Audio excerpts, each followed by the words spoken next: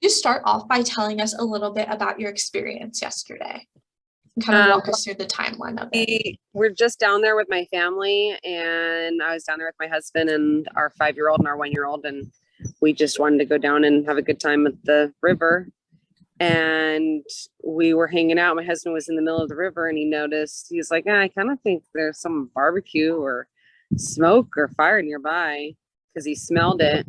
And then we had looked over, and there was smoke, but we couldn't tell where it was coming from.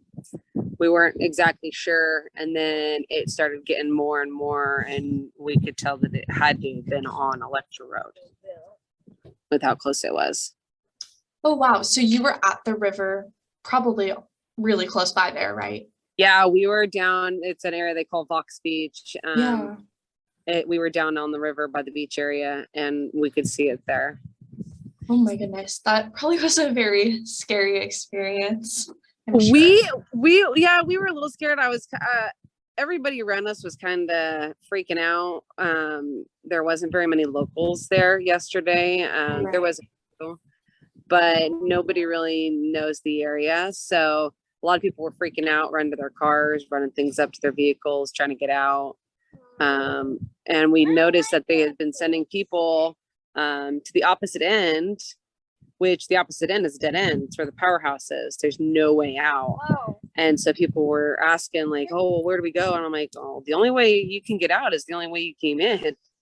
So they decided that we all had to go to the powerhouse. Well, so we decided we'd pack up, and we got in our car, and the sheriff came down. Told us we need to get up in our car to go to the powerhouse. So we did. And once we got there, they had changed their mind like 4 or 5 times, whether we were going to get out or we were going to stay in. They didn't know what was going on. Then they told us that they were going to let one vehicle go out at a time, which would have taken hours. So then they decided everybody should just stay and go into the powerhouse. So that's what we all did. The fire was like right at the parking lot where we were. So. Oh my goodness. So could you kind of talk us through a little bit of your thoughts and emotions, obviously, as you were seeing the fire come towards your way, and then once you got to the powerhouse plant? I kind of didn't start freaking out really until we were actually going into the powerhouse. When the fire was at the parking lot and the fire truck was right there, and my vehicle was right next to the fire truck, and the fire was right there, that's when I started freaking out.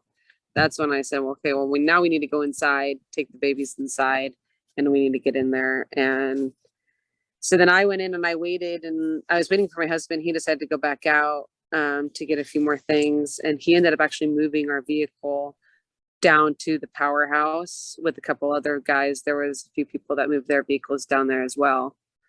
Because I have all my stuff in there. I have all my merchandise for my business and stuff. So I did not want to lose anything that was in my vehicle, really. So he moved it all down. He moved it all down to the powerhouse. A couple guys got their vehicles, moved their vehicles down. And I was very happy when he came back in the building, because I was pretty nervous. I was waiting there with my kids for quite some time. It was about 10-15 minutes, and I could see the fire, and I just was like, oh, I hope my husband gets back in here quickly.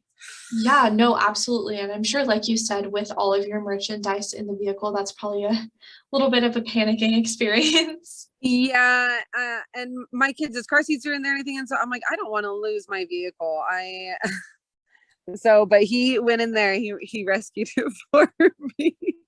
Oh, that's good. I'm glad he was able to rescue that. I was all excited when we came back, and I was like, oh, thank God. He's like, yeah, you see him walk in the door, you're like, okay, we're all good. Yeah. Oh my goodness. So obviously it was a relieving feeling when you saw him walk in, and kind of from the time you were able to finally leave the powerhouse, obviously. Yeah. We were there for quite some time. We were there for about 7 hours. Oh my goodness. So you got there about what time, and then stayed till about what time, would you say? We were there from about it was about 4:15, 4:30 was when everybody got to the powerhouse, whatever, the PG&E powerhouse. Yeah. And would you say that everyone that was at the river, obviously there was no choice but to go to the powerhouse, correct? Yeah. they had no choice. I mean, there was people that got out.